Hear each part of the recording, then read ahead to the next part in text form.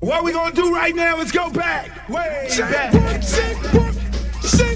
hear you say, hey, hey, hey, more, come on, shake, come on, let me hear you say, hey, hey, hey, more,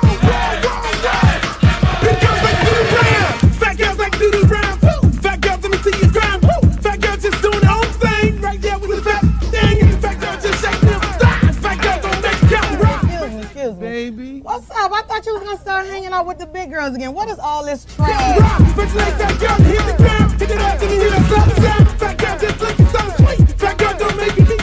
Fat girl just shake it, don't wait. Big girl, let me see you do a spin. Let go, let me see you touch the ground. Shake it up, back down. Top me is in the house. Right it out, right out. Work it, work it, work it, work it, big girl, big girl, big girl, big girl, big girl, big girl, big girl, big girl, big girl, big girls like you around. Fat girl keep going, don't quit. Fat girl just move the damn hip. Fat girl get down, don't stop. Fat girl wanna see the pop. Shake it, fat girl, shake it fast. Fat girl, nigga wanna see that. Fat girl bounce like a pro. Fat girl don't go what you know. Fat girl shake till you rip through what? On the web that's hard part two. Lips and out, y'all know the game. Fat girl don't have no shame. Shake that ass, bounce to the beat. Fat girl shake it, jiggle like me. St. Louis, back to the top. Like I like to do the ride. Work it, work it, work it, big girl, big girl, big girl, big girl, big girl, big girl, big girl, big girl, big girl, big girl, big girls like do the dance. Hey, hey, hey, more hey. Let me hear you say, hey, hey, hey, more hey. Big girls like do the dance. Shake, work, work, shake, work, shake, work, shake, work, shake, shake, work, shake, shake, work, shake, work, shake, work, shake, to the ground, to the ground, to the ground, to the ground. Now sick of this. Now I want to show y'all a real show with the big girls. Oh, fat girl, brought three. Can't hang with 100% beat. Fat girl, know that happen. Don't quit. Fat girl, run like you own it. Put your hands on your hips and grip it.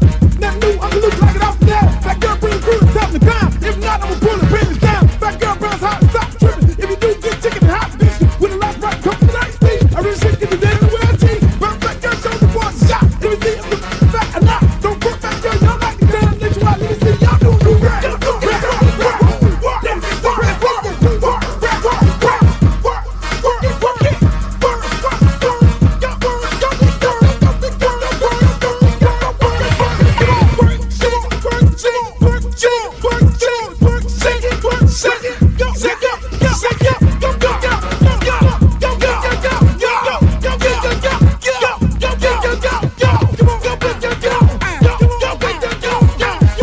I'm serious. Where you are, not ever.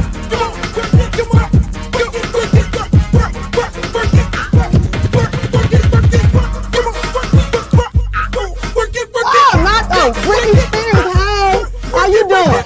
Big girl, big girl, big girl, big girl, big girl, big girl, big girl, big girl, big girl, big girl. Oh, but ain't the little leprechaun. Girl, your wings is so up. You look a mess.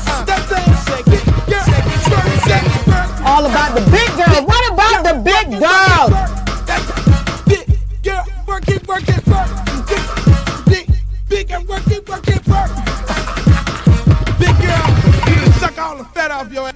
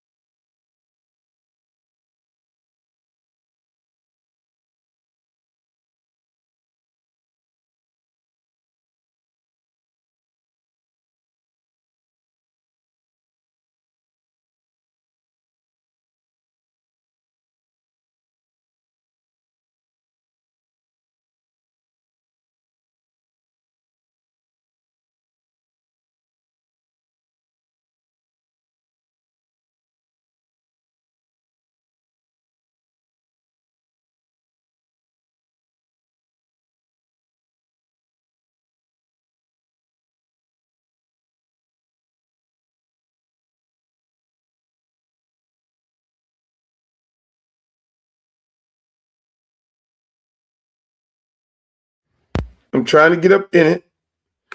My name is Bennett.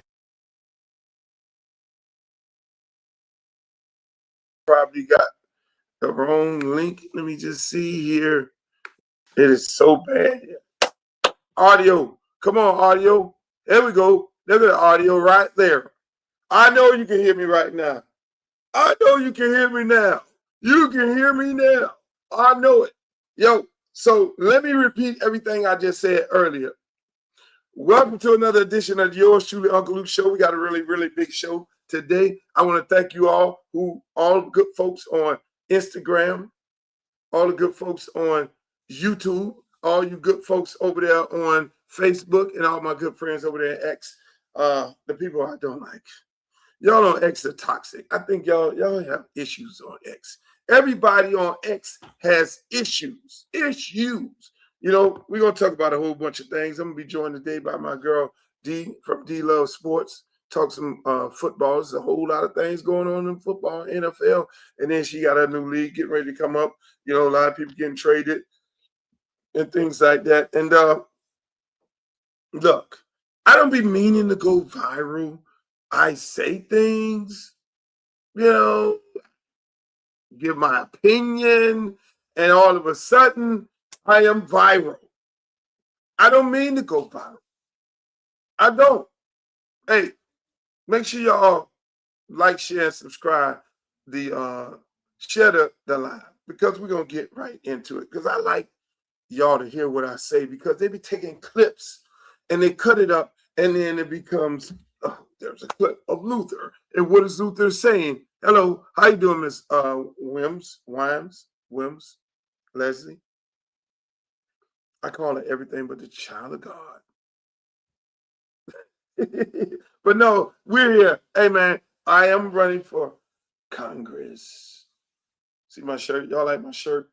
The shirts are going to go on sale today. You can go to my website. Go to my website, Luther Campbell for Congress, www.luthercampbellforcongress.com. I want y'all to go to the website right now. Go to the website right now. Look at my platform. Look at what I'm talking about. I'm representing Congressional District 20. This is a real race. I'm dead ass serious about winning this race. So I need you guys to go to the website. Hey, look, if you volunteer, send some money. Be like Chili. Be like Chili and send some money. You see, if Chili can take y'all money, and send it to Donald Trump on several occasions, y'all get it. You need to go run on over to www.luthercampbellforcongress.com, hit that donate button, and donate $5, $10, something, but at least match what Chili gave to Donald Trump. Chili gave the money to Trump so he can do what? Keep talking shit about black women? Get y'all ass over there right now. I need to figure out how to change that stroll down there, because it needs to be strolling Luther Campbell for Congress. But I'm just saying, let's think about it, people. Let me just get the show started right here. Let's get the show started right here on where I left off in the last show. Chili gets it. Why does Chili get it and y'all don't? Why does Chili understand you just don't go and vote for a candidate, but you go and put your money where your mouth is? You make a campaign contribution, because when you make campaign contributions, it's not going to the candidate. That's illegal. It's going to the campaign. And when it goes to the campaign has to buy flyers. They have to buy posters. They have to pay staff. They have to do TV commercials. They have to do all these different things with those donations. The donation that Chili made to Donald Trump, she took y'all money and made a donation. If there's anything that Chili did that we could take out to say, we didn't know black people were giving donations. If there's anything that you all want to be like Chili in this situation, is to make a donation. But you make a donation to the candidate or candidates who are going to go and do the right thing for our people. That's what you do. So if anything, She showed y'all donations are very, very important. I just did the Joy Reid show. Shouts out to my girl Joy Reid. Make sure y'all go to her page and also follow her on YouTube. That's my sister. I love Joy Reid to death. I was just on there. We were talking about all different things. Joy, when I do a Joy Reid interview, you know what happens? I just get relaxed. Like I'm going on there, Luther Campbell for Congress. Okay, Joy Reid, Luther. So Joy goes, it's like having a conversation with my sister. And I'm sitting up there and she just talking. And because me and her friends, we're like literally friends. And so I just forget about the actual campaign. And it's like I'm talking to my sister, we talk about politics, because me and Joy can talk about politics all day. And we both are history junkies.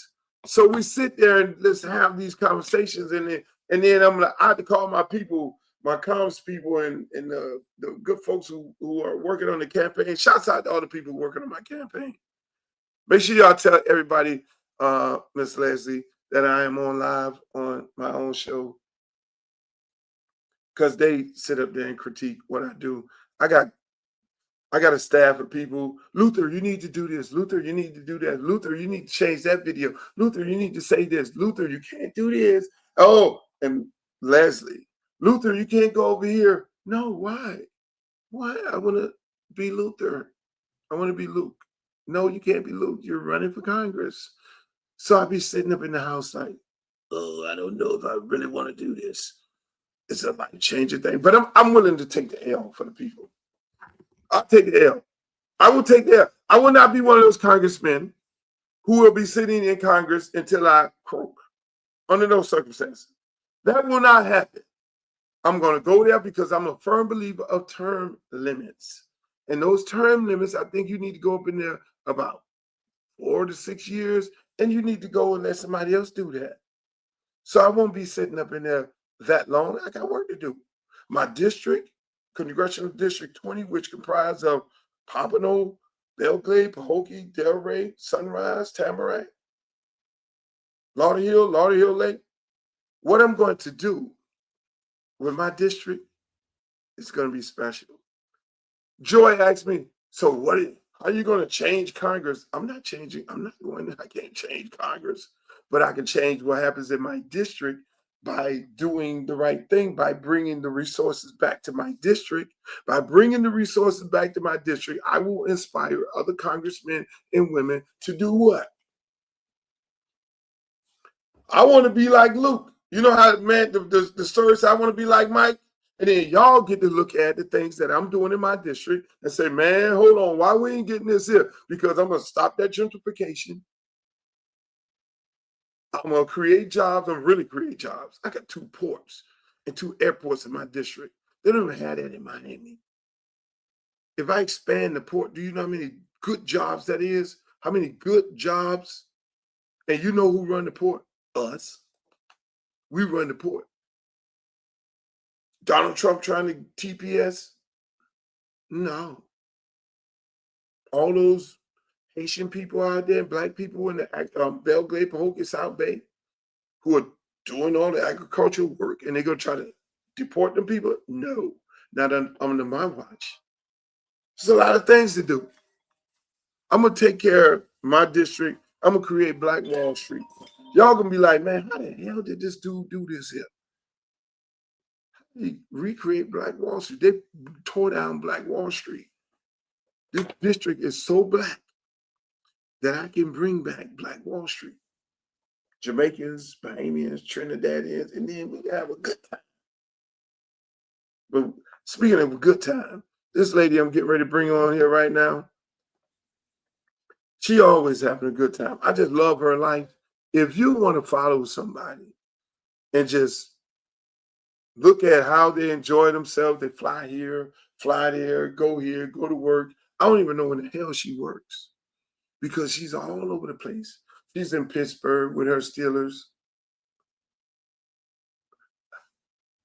She's over in Baltimore with her family. Like Glow in Baltimore with her family. Y'all should, I could see her in the weight room like, nigga. I can't say that. She's all over the place. She's in LA. She's at the Super Bowl. She's at the combine. She's everywhere. I'm gonna have to change her name. She's not a jet setter. She's way past jet setting. Ladies and gentlemen, without further ado, I would like to welcome you, the pride of Baltimore, no other than the one and only D-Love Sports. Thank you. I can't even. Never mind. I'm not even gonna waste my breath because it's something. What did I do? You know, you entertained the people. What did I do wrong? You know. I'm not doing this with you though. But I appreciate the warm welcome. I think would be offended if you said pride of Baltimore. They'd be like, she ain't from Baltimore. So yeah, I know you. What I was looking at some lady talking the other day. I mean, why is it such a big beef between DC and Baltimore? I don't know. It's like y'all are y'all, and we are who we are. It's different cultures. The Parkway connects the two, but it's different. You know, Baltimore is not a part of the DMV. You know, the whole DMV lingo. Yeah, it's respect, but it's also been the BDMV. Why wasn't the BDMV? Why was I don't know. You have to ask Baltimore. No, it's DMV, and Baltimore is Baltimore. That's it. There's a DMV. Y'all claim Delaware before y'all claim Baltimore? Who said D was who put Delaware in the mix? Delaware is not in the mix ever. I thought Delaware was the D. That's DC. DC is the D. You knew that. Stop playing with me. Why is he playing? He can't fool me. He can fool y'all. But Baltimore is in the DMV. It's Maryland. It is in Maryland. But Baltimore in Maryland. Baltimore is in Maryland. The DMV stops at a certain point. Okay. Oh. Yeah, it stops at a certain point. Once you get, honestly, like I consider some parts of Anne Arundel County DMV, but like once you get past Prince George's County, that's really it. So you know the DMV ain't really, it's not all of Maryland is not in the DMV. I'm kind of, yeah. So she says DMV, if it's DC, Maryland, and Virginia, Northern Virginia, not all of Virginia is in the DMV either. And I feel like Richmond's is too far. But some people complain about that. I'm trying to understand this because Northern Virginia, your Woodbridge, Fairfax County.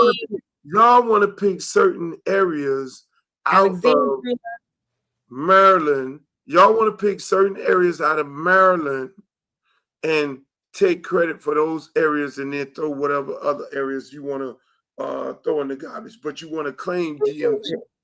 Yeah, it's a region, right? It's a region. Like you guys, you got Miami, but you got Broward, you got Dade. Like you got Dade County, you got Broward County, right? You got Dade, Broward, Palm Beach, but we call it South Florida. South Florida. You got Broward there, yeah. Just but like you call it DMV. From Palm Beach. I'm not from Dade. You know, when people be like, "Oh, where you from?" I'm from South Florida, but they're not claiming Miami. They say South Florida. We don't selectively throw out people when we say South Florida. We don't like, oh, all right, we're gonna throw out Delray. We're gonna throw out Palm Beach.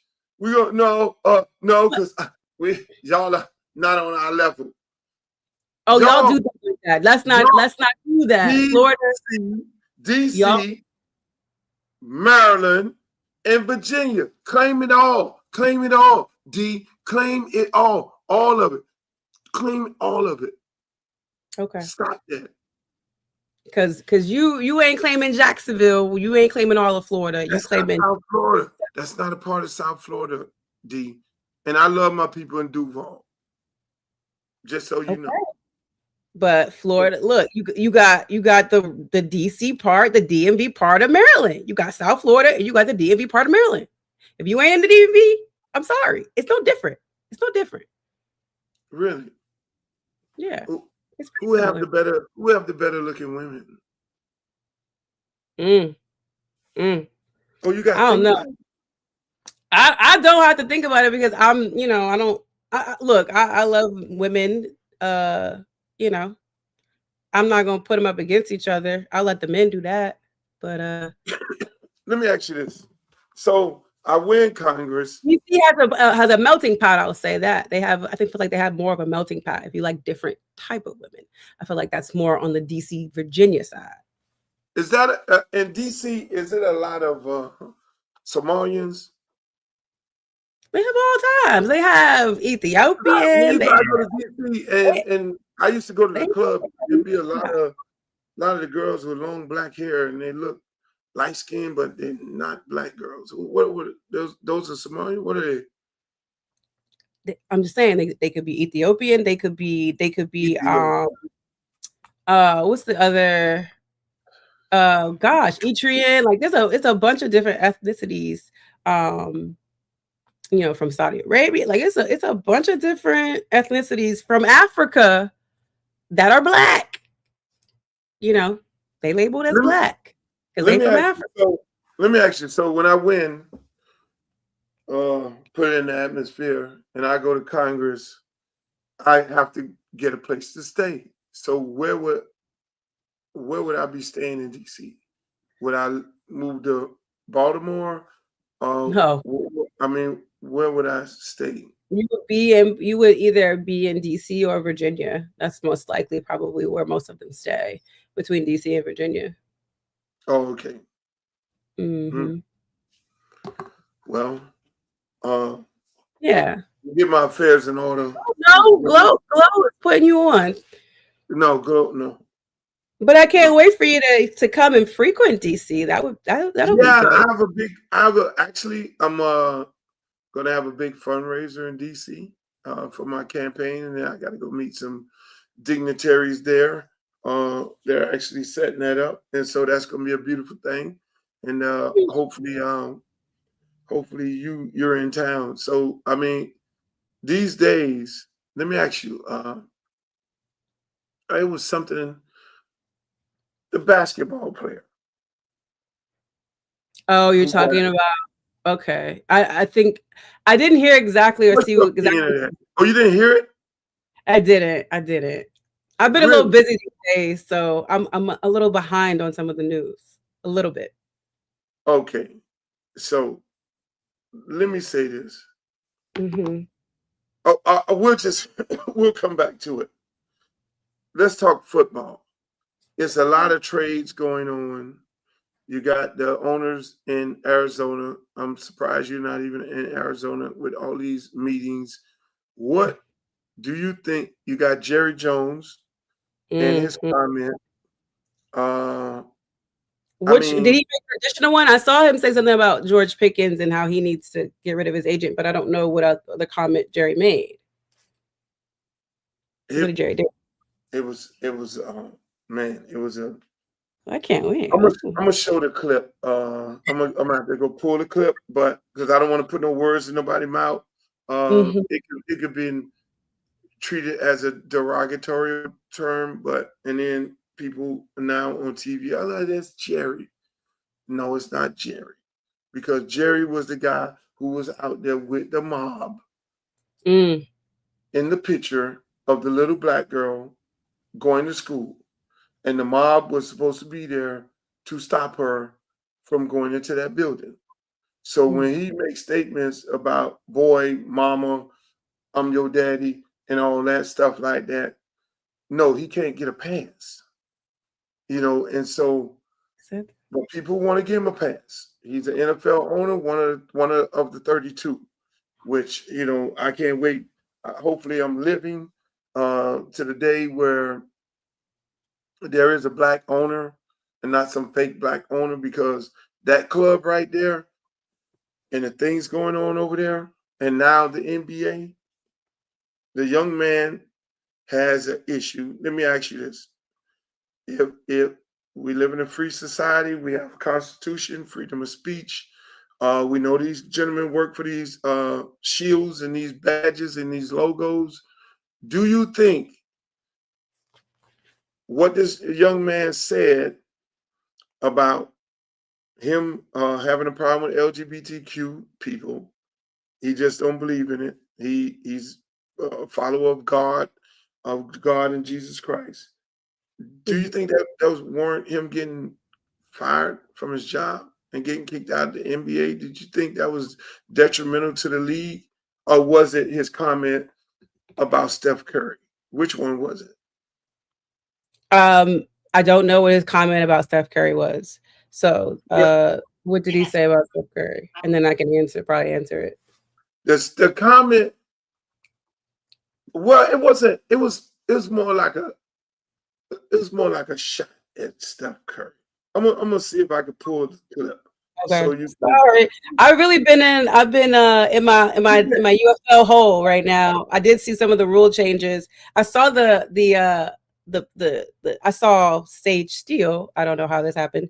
Talking about we know why he was I guess let go from his team, and I was curious. I'm like, why?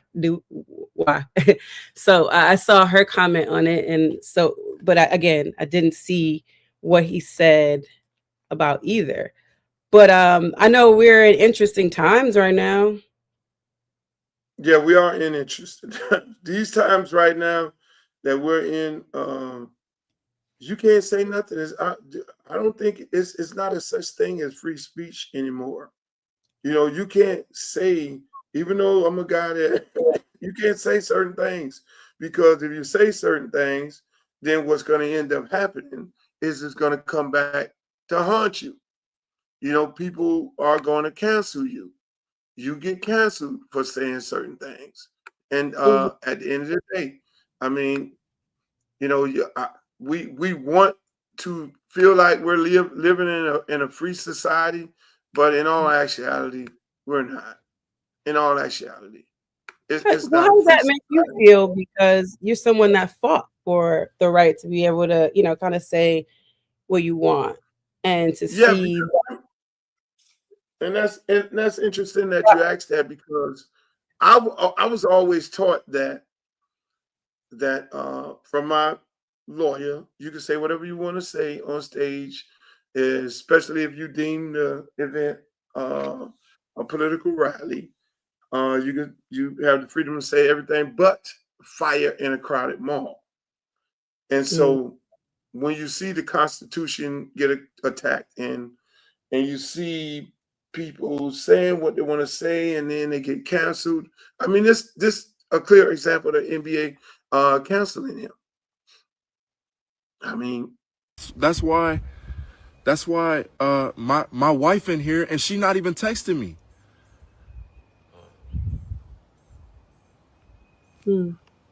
No. He's doing it live. Jesus Christ. What clip did I pull? I think that, I don't know what clip you pulled up, but to me, I think that's a louder cry. You know what I mean? So I can't knock it. Like, if you don't agree with it, you don't agree with it, right? But I don't think you need to be negative about it. I don't think you need to make people feel away because you don't agree. You don't agree, go the other way. I don't like eating certain foods, but I'm not broadcasting it. I just don't eat it. When the plate comes around, I'm good. So I feel like, you can have whatever religious belief you want. But I don't think that you should use your platform to broadcast anything negative about it. So. Right. Here we go right here. Let's see if we can get this clip up. This is Jaden, and he just got fired from his job for being homophobic on Instagram Live.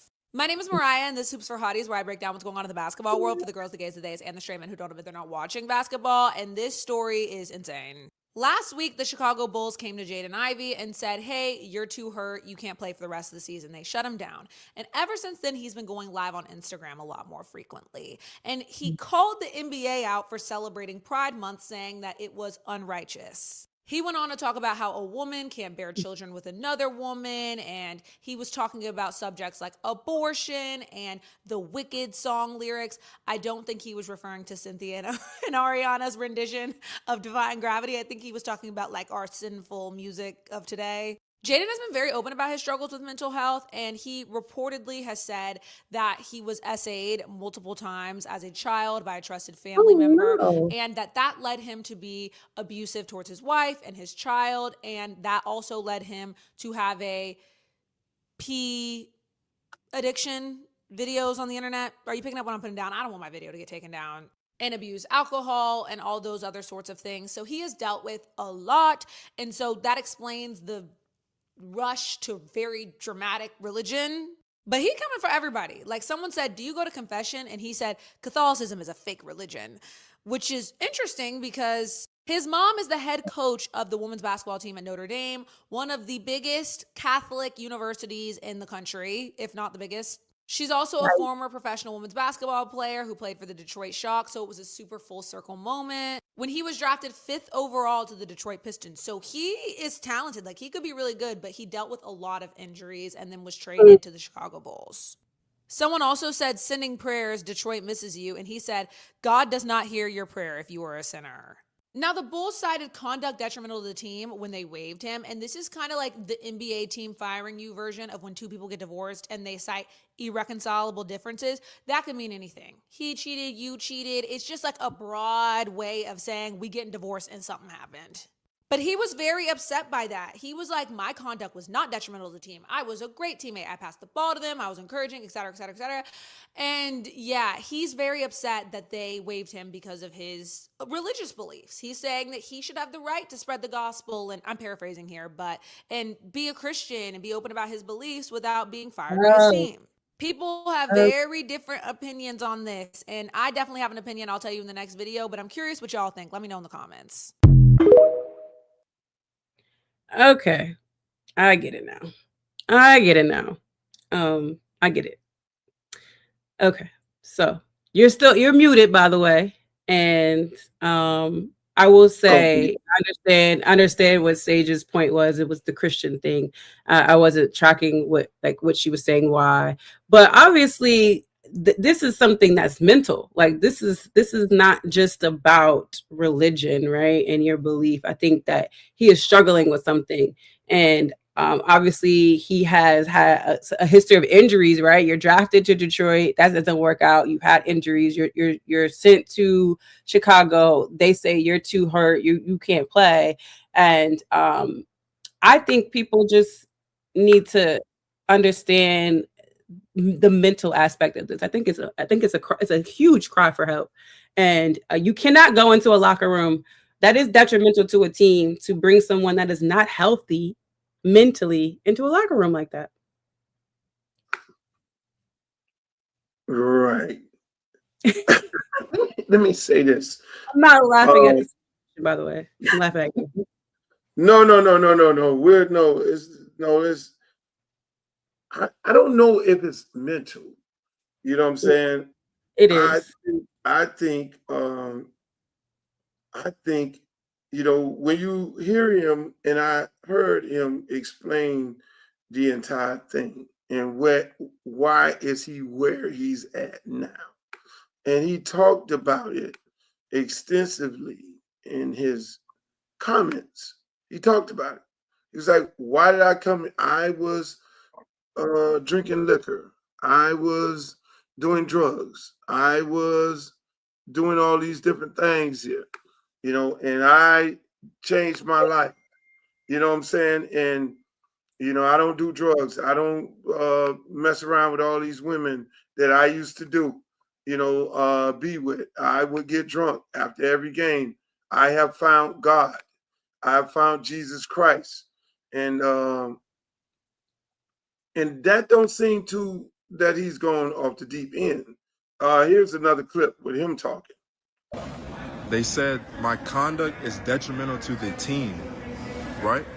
Why didn't they just say, we don't agree with his stance on LGBTQ? Why didn't they say that? But how is it conduct detrimental to the team? What did I do to the team? What did I do to the players? I did nothing but practice with them, play with them, pass the ball to them, good teammate to them. Said good job, good shot. I said, good job, good pass, way to play, bro. Right? I said these things to my teammates. Was never detrimental to them. So why is it that the NBA and the Chicago Bulls say that I'm detrimental to the team? How? Because I believe in the truth. Because I know Jesus is the way, the truth, and the life. How? How is my conduct detrimental to the team? Because of what I believe. Because of what the truth is. This is not about me. This is about the kingdom of God. This is about the truth of the Bible. Because I spoke what the truth is. Because I called these things out. Because that's what it is. The word of God will be preached to all nations, and then the end will come. That's what's gonna happen. My conduct is not detrimental to the team. That is a lie. That is a lie. How is my conduct detrimental to the team? But like I said, like I have nothing to prove. I have nothing to prove. God gave me gifts to play basketball. God gave me gifts. I can play basketball. I'll still be able to play. Lord willing, He gives me an opportunity to play again. And that's fine. If He don't, that's fine. I'm gonna glorify Him. But what I've done, like I have nothing to prove. The NBA was what it was. But you see, before I came to the Lord Jesus Christ, the NBA was everything to me. I didn't know God. I didn't know Jesus when I came to the NBA. I was a fornicator. I was a pornography addict. And I used to get drunk. That's all I knew. And after a win, I felt good. After all those points, I felt good. I felt good. I felt like I had everything set out for me. Right? But as soon as that shut down for me, as soon as I didn't start, that's when God was humbling me. And He said, he sat me down for a reason. What good is it driving the store with the Ferrari you only get to drive that Ferrari for the time being. You're not gonna sit and drive the Ferrari for 10 hours. When has anyone driven a Ferrari for 10 hours? No one. But still, like what good is it gonna do for you on Judgment Day if you don't know the Lord Jesus Christ and you don't obey His commandments? It's not gonna do no good. It's not gonna do no good. You cannot watch that and tell me that you feel like that man is 100% mentally healthy.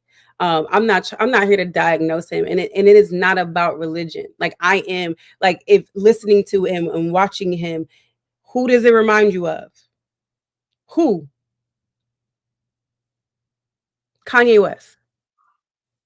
Like I'm not here to diagnose him, and I'm not here to say like he can't be religious and he can't see these things. I see people talk about religion every single day, and I just feel like he's not well. And again, you can have your religious belief. I'm not going against that, but I feel like he is not well. Why? Because we'll see here. We'll see if something happens to him. If he found God. Yes, there's nothing wrong with that. I mean, he clearly explained it. He said he was addicted to porn and drunk liquor and all that. And he found God and he found Jesus Christ, and he has now found a new love. And he's obviously reading scripture and reading the Bible, and he's very articulate about it. I don't. I mean, I don't see. It's not about Kanye West. I don't see a crazy man. I see a guy that has just who just gave. I just see a guy who just gave his soul to the Lord. You know, I just see a guy. It's no different than a relationship. That's not all I see. That's the surface. There's something behind those eyes. Like I'm not here to diagnose him, but there's something deeper than that. And I appreciate you know, him turning his life around and acknowledging that and leaning on that, because it could very well be the other way, right? And we could be having a different conversation about him and saying things like, oh, we wish we would have known, or we hope people get help. And he's obviously found something that helps him get through these tough times of not being able to play basketball. But I also think there's something else unhealthy about him. When you go through these guys, right? Mentally. And you know, D, you've been around sports for a very long time. Mm-hmm. These guys on the little league level, they're the star of the team. High school, they're the star. They get the best girlfriend. They get highly recruited. They go to college. They're the big man on the team, big man on campus. They don't face no adversity of being benched like Michael Jordan. They didn't get to the NBA, and they're the big star, 5th picked in the draft. Detroit goes. Now, all of a sudden, you get benched. What he said, I got benched, and it humbled me. And so now that is a mental issue when now my life has changed because I'm not that guy. I'm not it. And that's what happens to a lot of NFL players, a lot of NBA players when the light cuts off. You know, they don't know how to function in the real world now, being that star, and they're still trying to live up to that expectation, and they're still trying to walk around the club with all the young girls. Meanwhile, you're 100 years old, and you ain't that guy no more. You know what I'm saying? So this guy got humbled. He got humbled in a real way when he got benched. So then he had to go and check himself, and he found God. And he found Jesus Christ. He got into the book. It's almost to me, what I'm getting out of it, similar to, man, I just found the woman of my dreams. I love her so much. I'm so into her. You know what I'm saying? I have, found I love the ground that this woman walked on. That is not because I found that and I've been looking for that, and it hit me dead in the face, and now I got all the things that I want, and I'm professing my love for her. He's giving himself. In the good book, it always says you have, and any pastor say you got to give yourself to Jesus Christ. Am I right? I mean, you got to make you got to confess at all. Like I'm with it. Like I'm with people on their spiritual. I support it, but I see more. I see beyond that, and I'm sorry if it doesn't resonate with people. I see some of the comments, but I see beyond that, and it is what it is. I listen right. to the quarterback of University of Maryland, Malik Washington, get up to the podium and give us a verse week after week. He's not in front of a plane talking, he's not going to go live in the middle of an air car. But I don't even know if the man was wearing headphones. Like there's little things in there that you need to pay attention to. Yeah. I mean, how someone conducts themselves to say that is not, it's not normal behavior. And, I'm able to. He just been cut. I hear you. Fired. He's all over the internet. You need to ask people that are around him, and they may know a different version of him. You know what I'm saying? I don't want to, like I said, I don't want to diagnose that man, but I just see something deeper.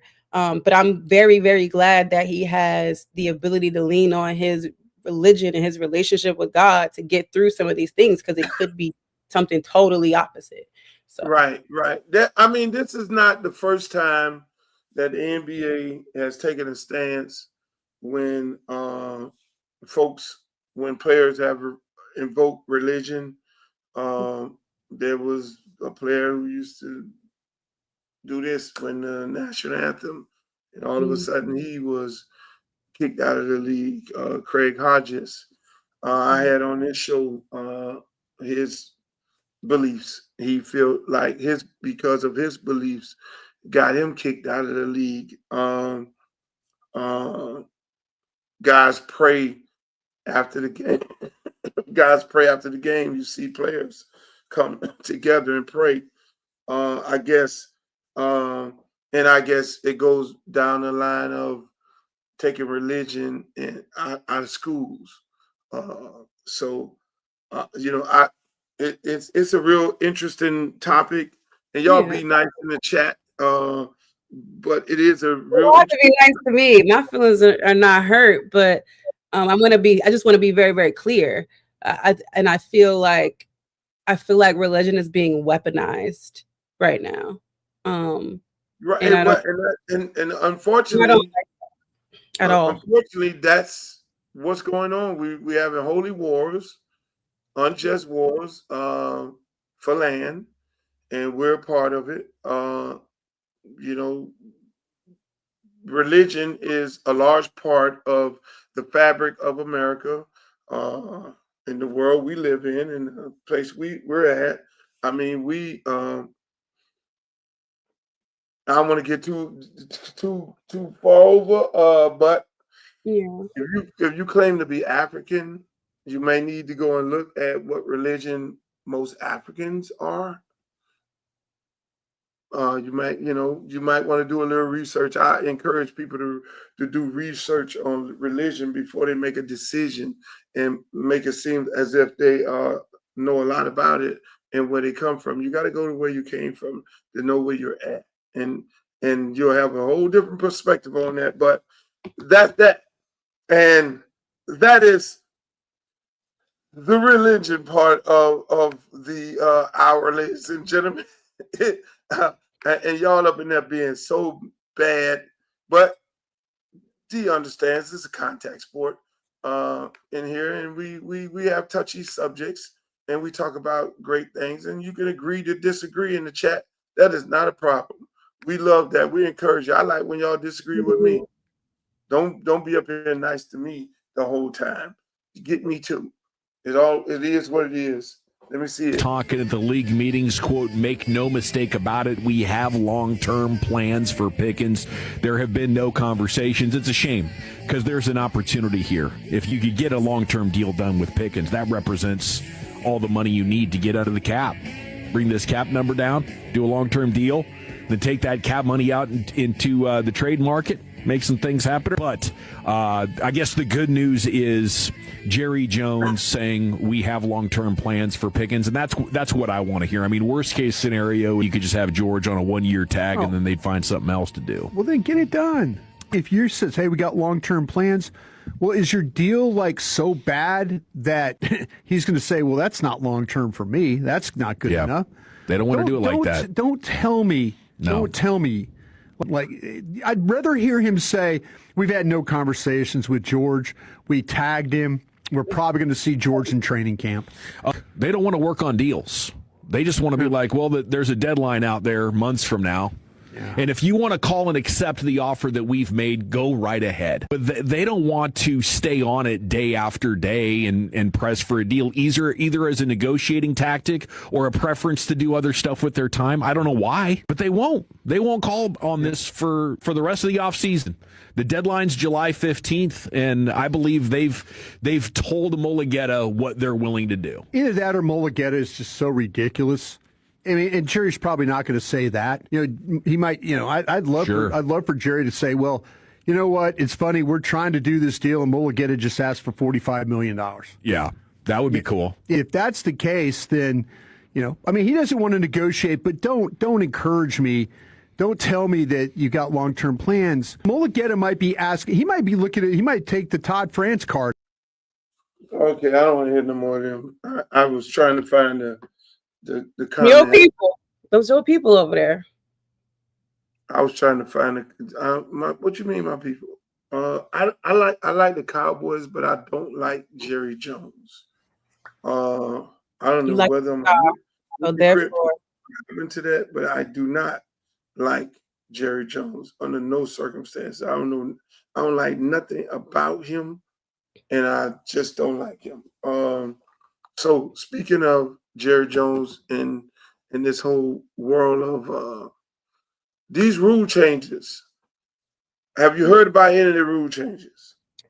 Yeah, I think the one that's most interesting to me is because they don't know if they're going to get these old refs back, right? So they're like, for this 1 year, the league can interject if they feel like the refs, these substitute refs, are making a game altering decision or a bad game altering decision. Like the league can step in and be like, hold on, wait a minute, So I think that is an interesting rule for this year in case they don't get the regular refs back. Did you see that rule? I saw that. I mean, the rules that baseball, I think baseball got more people involved. I don't think they even knew what they were doing when they allowed the pitchers and the catchers and the hitters to challenge a call. And that got more people involved, crowd all involved. But these new rules, I understand you could do an onside kick now at any time. At any time, yep. I feel like Detroit's gonna take advantage of that or something. Like I feel like that's just like the Detroit Lions thing, or like I don't know why I'm thinking Detroit, but I feel like a Dan is going to take advantage of a rule like that. Somebody named Dan. Just like you say, the league interjecting into a play. I've seen where the replay referee got it wrong. Mm-hmm. And now the league, I thought the league was the refs. I mean, don't they hire the refs? They pay the refs? They do, but the refs that they... What do you mean by the league? So somebody from the league office, I thought it was the league office, mission control, some room downstairs in New York that's in the league building where they got referees sitting up there and they're looking at all these games and they're making a decision. So what do they mean by the league getting involved? Is that the owners now making a determination? Because they are the league. Are you reading exactly what the rule is? It says the NFL can now help officials decide players' disqualification or ejection. This includes a flagrant flag. I mean, what the refs can see that, right? I mean, who is New York? Like we say New York. New York is supposed to be a ref, right? Yeah. I mean, so if New York as a league, who is New York? That's last time I thought that was the league office. So the league, that if New York called, because New York has called, when we're saying New York, if we're talking about the league office, then it's not different.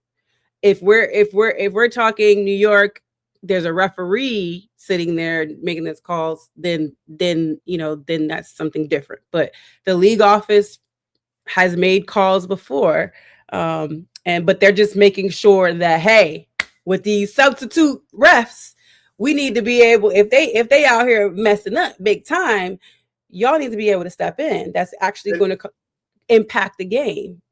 The other one for 2026, possibility of temporarily, the league. It's only for 1 year. The league can correct, clear, game challenging official mistakes in real time. Mm. So what we got to do? We're going to look at the officials and them on the headset with the other officials, and then now we're going to look at another camera in a whole nother building where the league is looking at it. What's getting ready to happen? I mean, what are they really doing? I mean, they're trying to what the problem is, and this is what I think it is. The problem is they've made so many mistakes, and so many people killing them, unaliving them online for the mistakes that they've been making. And it looks like gambling is controlling the decisions of the league and the officials. You got these guys, and I look at it all the time, like, look at this right here. Look at this right here. This guy was clearly offside. They blew this. They fixing the game. This and all these things going on. You see people going through them, you know. And so my point is, no, you're fixing the games. So you're trying to say that the referees are making, you're going to do a replay. You're going to have a conversation about the replay of a challenge call. Then you got to go to a whole nother layer of the league. And who the hell is the league? And then the league going to look at the replay and determine whether or not that those officials made a good call. So the officials look at the replay on the field and in New York. They say, okay, this is the call. They discuss it. Go into a whole nother, and then now somebody else is going to look at the call that they made. Really? Is that what we get ready to do? Okay, so here I can read. I pulled up some information. So this office has been around since 2014. The New York, right? And it is New York City's league's centralized hub for replay reviews in 2014 to ensure consistency, speed, accuracy, and officiating, located at the headquarters in New York, right? So centralized decision making,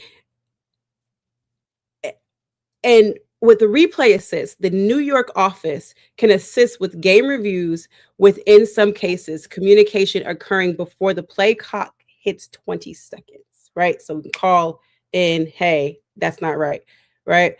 Now for the 2026 season, it's clear and obvious corrections, right? So if a pass interference or, whatever, right? So for 2026, the rules were approved to allow New York Replay Center to correct clear and obvious mistakes. So if it's very clear, this wasn't that, or, then they can call in and say, y'all really messed that up real bad. Okay, so I guess, for instance, if there was not a flag call, and or maybe there was a flag. Patrick Mahomes scrambled, clearly went across the line, threw the ball, no flag call. Does the league step in? I don't know if it means that they can actually call a flag, but if they throw a flag and it was like there's no foul there, they can be like, there was no, like, he didn't do that, or they, that wasn't a foul or penalty. So now let me finish. So the ejection consultation, the center can now initiate consultations with on-field officials regarding potential ejections, including for flagrant acts not originally flagged. So that goes back to what we were just talking about, right? So they can call and be like, hey, oh boy punched such and such and y'all ain't see it. You know what I'm saying? So right. I got you, because what ends up happening is the league normally looks at the film, the referee missed that because he was stopping the fight and another dude hit another dude and he couldn't see it. And then the league then finds these people after they look at the actual tape, but then they should have ejected the person in the game, and they didn't do that at the time. I understand that part. Huh? That is a Jamar Chase rule. Oh, okay. For spitting on Jalen Ramsey. Remember he spit on Jalen Ramsey and he was like, I ain't do nothing. I ain't spit on him. But the tape clearly showed he spit on him. That's why Ramsey punched him. Yeah. So this is the Jalen Ramsey. This is the Jalen Ramsey rule. These are. This is the Jamar Chase rule. Sorry, this is Jamar Chase rule. I have to say it's a lot of. The NFL. I don't think none of these rules are really dealing with the issue of the actual game of what they need to be dealing with, because again, they blow a lot of calls. They blow a ton of calls. These are the regular refs, not the substitute refs. We don't know regular refs. It is so.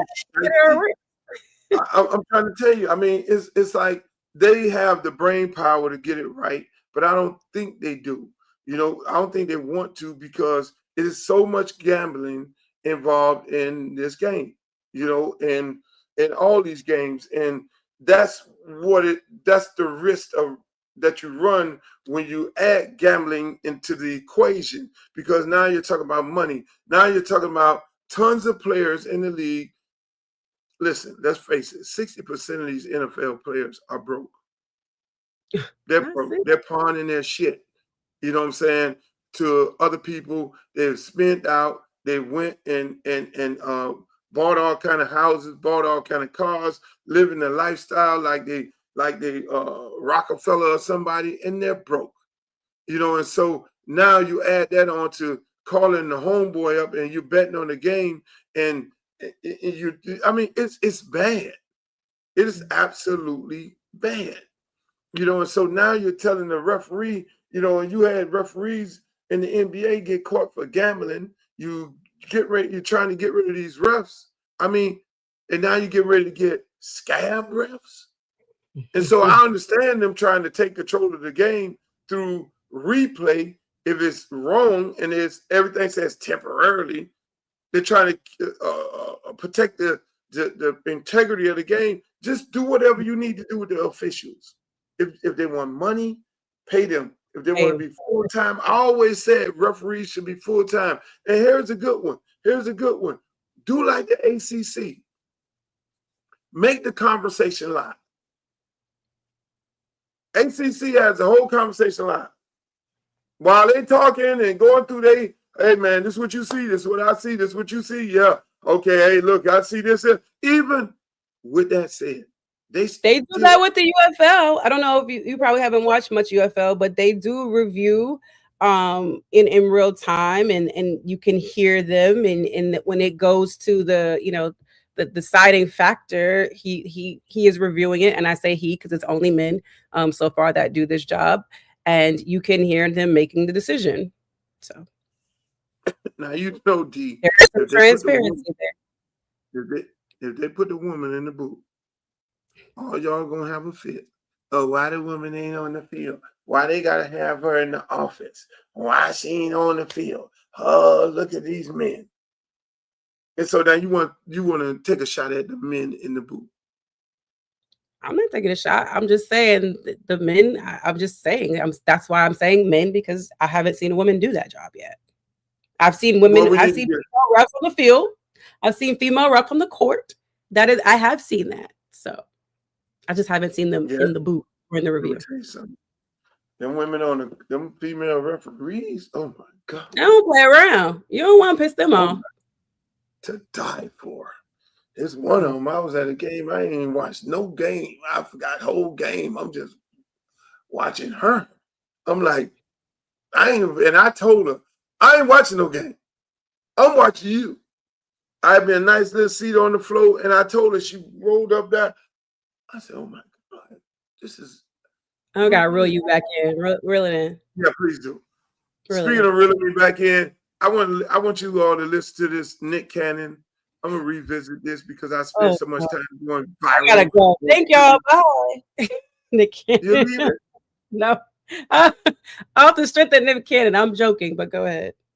Oh, don't run. Because they're gonna say you're gonna then say why a woman can't comment on Nick Cannon. I'm sure no comment. And now the thing glitching. It won't even play. Unbelievable. I don't believe that. Part of the Republican Party. No. Right. Former Democrat, former liberal. Yeah. I was a liberal Democrat my whole life. Is that because the bag has got so intense and so heavy that you had a whole nother, you up there with the elite now? Not even close. Not even close. Democrats don't care about black people. Okay, and they don't care about people. They don't care about people of color. And the Republicans do, and that's the misconception. And you know what? I agree with you 100%. People don't know that the Democrats is the party of the KKK. Yep. People don't know that the Republicans are the party that freed the slaves. Yep. I mean, both of you and I have some conservative views. You just a little bit more outspoken about it than I am. And I honestly, I don't subscribe to neither party. I rock with W.E.B. Du Bois when he said there's no such thing as two parties. It's just one evil party with two different names. So yeah, I mean, look, I listen, I'm not married to any party. Right. I voted for Donald Trump because we had two options, and he was definitely by far the better option for us. And as of now, I agree with a lot of things that he's doing. Cleaning house. Yeah. But he doing what he said he was guess gonna do. what? If there's a time where I don't agree, I'll say I don't agree. Yeah. We got the Gulf of America now. Period. Charging, he's like the club. He's charging a $5 million bottle service fee to get into the country. I know. Listen. But guess what?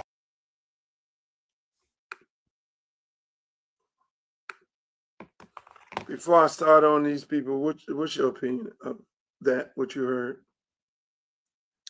I don't have one. Like, I don't have one. Oh, you a Nick Cannon fan? You from DC? I don't know where Nick Cannon is from. I have no idea. Listen, I like Nick. I've talked to Nick on several occasions. I think he's an exceptional talent. I would never bash Nick. I would never go hard on him. But in this conversation, he's dead wrong. Amber Rose, obviously, she claims to be, the best person to vote for Trump. Democratic Party don't do nothing for black people. Well, you didn't do nothing for a black woman. There was a black woman on the ticket. You could have did a lot for black people. You could have voted for a black woman to be the president of the United States, making her the first black woman. And by the way, that black woman is very, very smart and intelligent, and she held the office of the vice president of the United States. So don't tell me that Democratic Party, just alone, she was the lead, she's the head of the party.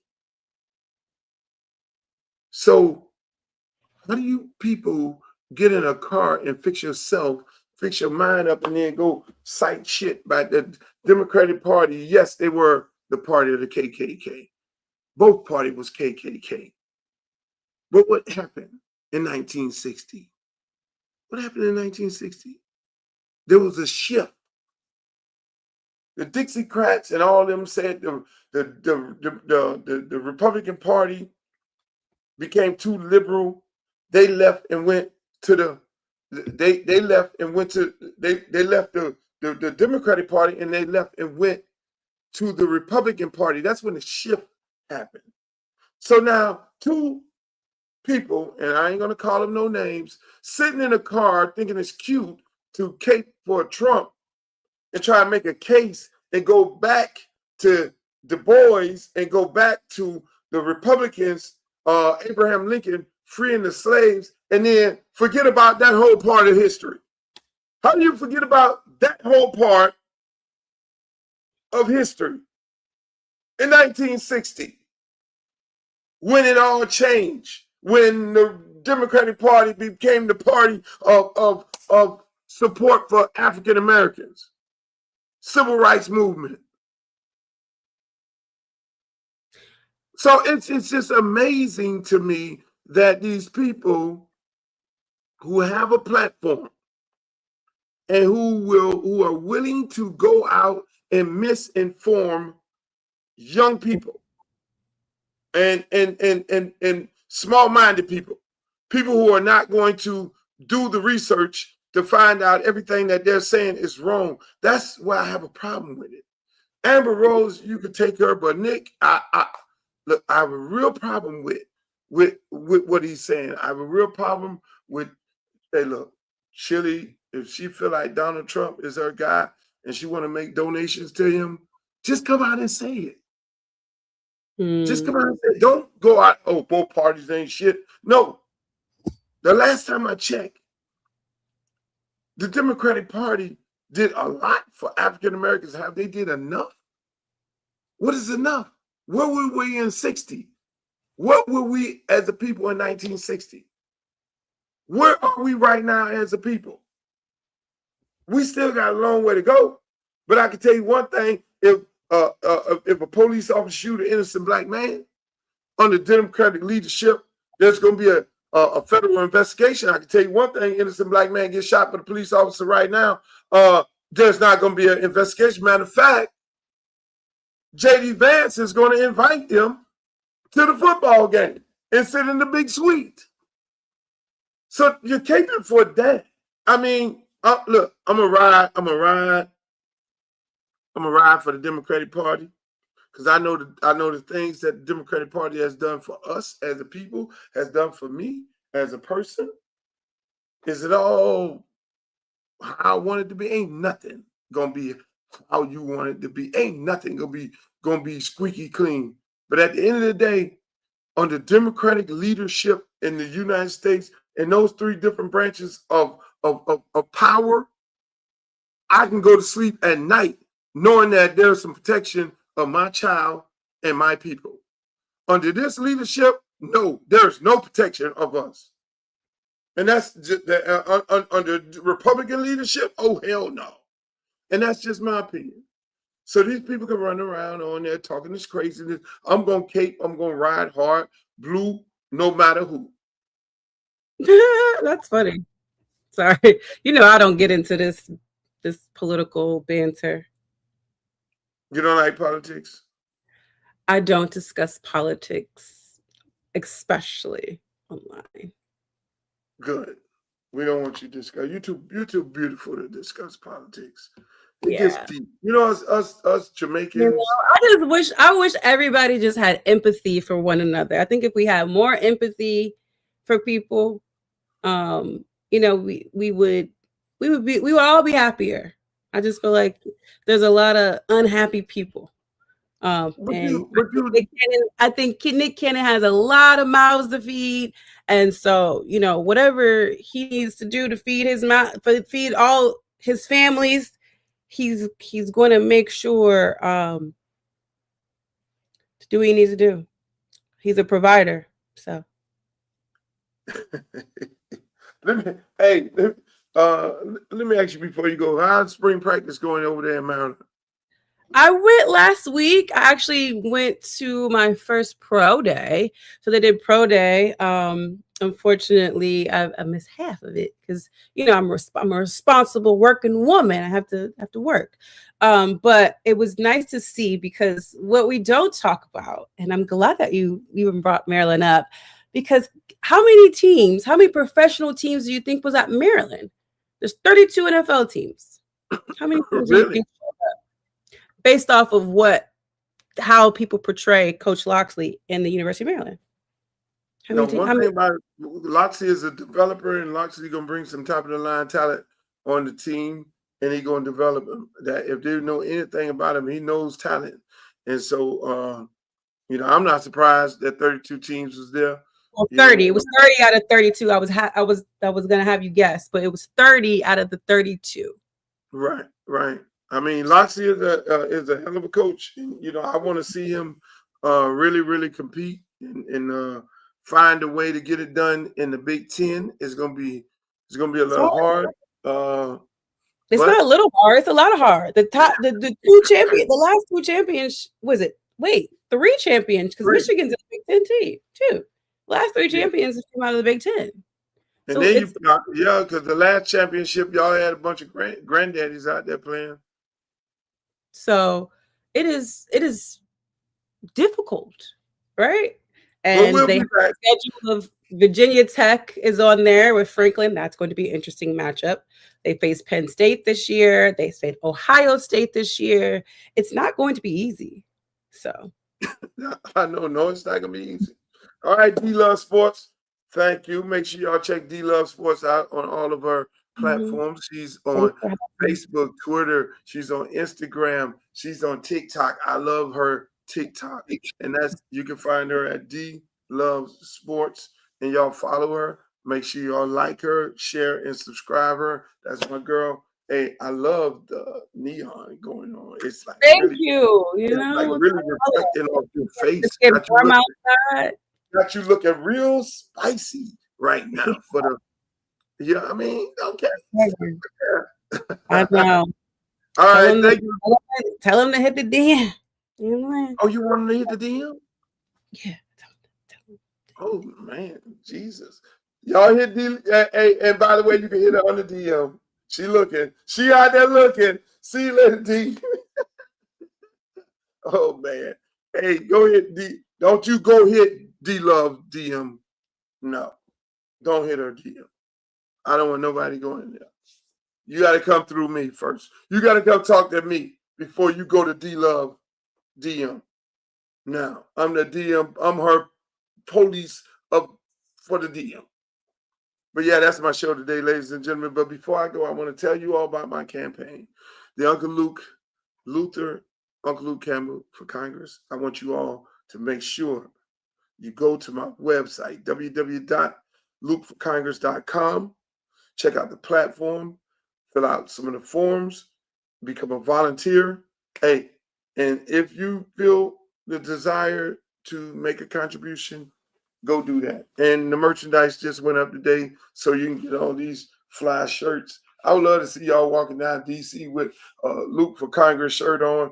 I would love to see y'all being a part of the movement. That's a great way to donate. You know what I'm saying? Instead of just making a contribution, you just go and get a shirt, and portions of that, the proceeds, majority of the proceeds, whatever is left over from paying the manufacturers and all that, goes toward the campaign and helping us become, helping me get to Congress to do the work. I mean, what people need to know about making contributions like Chile to campaigns, you're making a contribution in the people. That's what you're really doing. You know, you're sending me to Washington to work on behalf of those people in my district. And when I do the work in my district, then what will end up happening is your districts, you'll get to see the work that I'm able to do, because there's a lot of things that can be done that unfortunately a lot of politicians don't do. They get up to Washington, they want to go to the Capitol Grill, they want to wine and dine, they want to look cute, they want to put their pen on, but they don't necessarily do the work that needs to be done and bringing the resources back to their district. That's what I'm trying to do. That's my job. My job is not to be up there smooching and whining and dining with everybody. My job is to go do the work. Find a way to bring the resources back to my district. Find a way to help these young people in my district see a better path, a path for a successful life. If they decide they don't want to go to college, put them in a position where if they do want to go to college, giving them the resources and the proper information and education to be able to go to college. And if they decide they don't want to have tech jobs prepared for them, they can learn at the schools, and they can learn to be a plumber. They can learn how to work on electric cars. They can get a good job, paying a good salary, and at the same time be able to bring resources to the community. There are grown people out there that's hurting. They want better jobs. Create better jobs, create opportunities, better opportunities. Nobody wants to. You got inspiring guys who. My dad was a janitor. He always wanted to own his own little restaurant. Him and his homeboys got their little restaurant, and you know they didn't have no support. They didn't have no government support. They didn't have no city support. But I look at people in the district similar to my dad. There are some people in that district that want to inspire to own their own businesses, and it's my job to create grants so that they can be able to say, "Hey, look, I want to own my own district. I want to own my own business, and with my own business, with this grant, I'm taking out not a loan.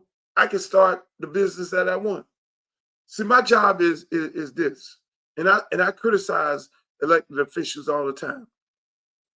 I say to elected officials, how many millionaires you made from this community? That, to me, determines whether or not you are a hell of an elected official or not. How many millionaires? Like I did a tweet the other day, and I said, I did, Jay-Z say, they ain't made millions, this one made millions. I made all these millionaires. And I said in my tweet, no, I made more millionaires than you did, Jay-Z. I'm a long way. And I love Jay-Z. No, it was no shade. But I'm just saying, I sat back and I looked at it, I listened to the record and I said, man, how many millionaires that I created from out of the projects? That kids who just needed help, kids who needed a ride to school, kids who need to be inspired, millionaires, kids who was not the tallest and who were not the fastest, but listened and inspired to be great. And by me telling them and putting them in a situation and getting on the phone and calling colleges and say, you got to take this young man and give him a chance, give him an opportunity. And they became multimillionaires, several of them, quite a few of them, creating a youth program in my community with so many kids were able to go just to get away from it all, which is what I'm going to do in my district. There's no reason kids should be put in a predicament where they have no meal to go home to, where only thing that they can get out of school is a glorified daycare, where they can't get a trade out of the school because everybody's not going to college. So that's my job. I got to put tech schools back into the schools. I got to get the resources because we ain't looking for no handout. We're not a handout type people. Black people ain't handout. We don't want handouts. We want the American way. So there ain't no handout when you create opportunity. It ain't no handout when you creating jobs. I got 2 ports in my district and 2 airports. In Miami-Dade County, there's only 1 airport and 1 port.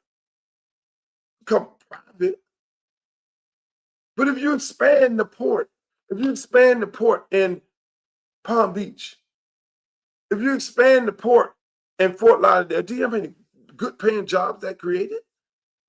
It's a ton of good paying jobs that people could go and really live real good. Now, I'm not talking about these $15 an hour jobs. That's for kids. These $15 an hour jobs, those are for kids. The living wage job is for kids. I'm not talking about that. Fuck that. There are kid jobs and there are grown-ups jobs. Grown-up jobs need to be able to pay the rent, the mortgage, put a little bit of money away for their savings to live a better life. Put some money away, put it in the kids' fund, so when it's time for them to go to college. That's a good paying job. I'm not talking about these living wage jobs for grown people. That's for kids. The kid work at McDonald's. The kid works at Chick-fil-A. The kids work there. They get the $15 an hour where they can go home and buy their shoes and buy their whatever it is, they buy their own, be domesticated. And that's another thing. The mayor came to me, Miami, and say, how can we stop crime? I said, you know what? Let me think about it. And I thought about it for a minute. I said, you know what we could do? We got to get the kids.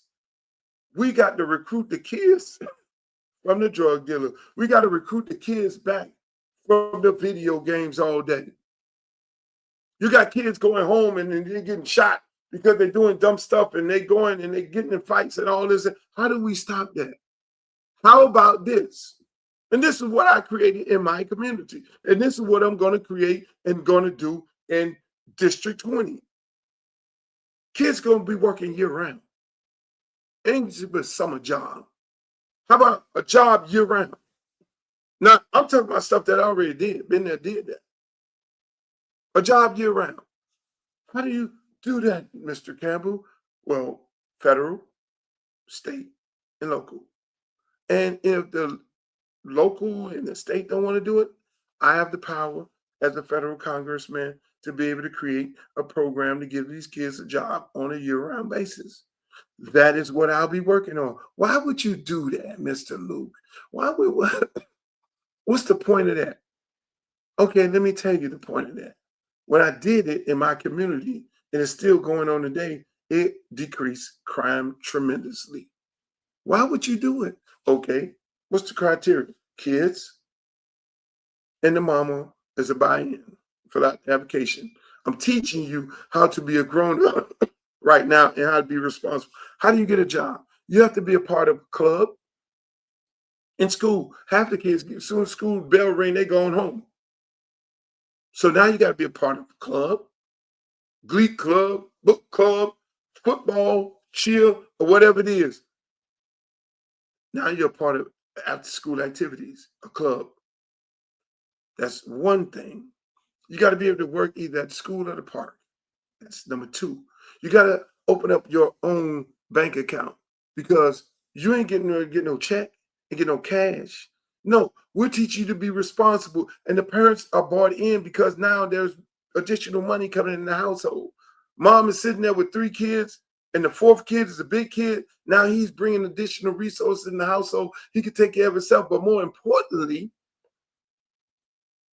we're teaching him how to be a responsible person.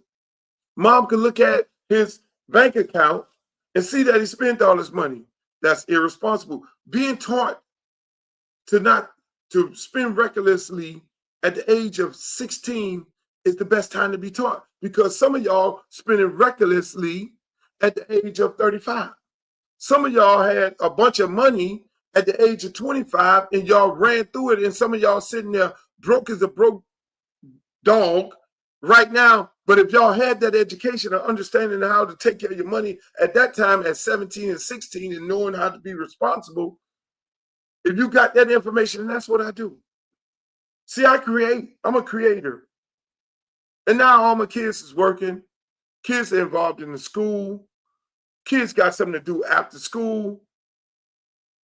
Parents, they're bringing additional money in. Mom ain't got to worry about buying the Jordans and all that because that kid is a responsible individual. And the mom can look at the bank statement and, Mom, look at the bank statement. You taking cash out. What are you taking cash out for? And that's my thing.